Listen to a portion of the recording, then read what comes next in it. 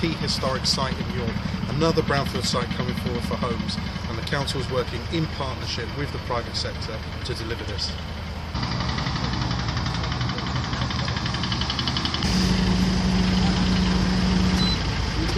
Terry site today, we're going to have 20% affordable housing that people in York really need, so I'm really grateful that the work started.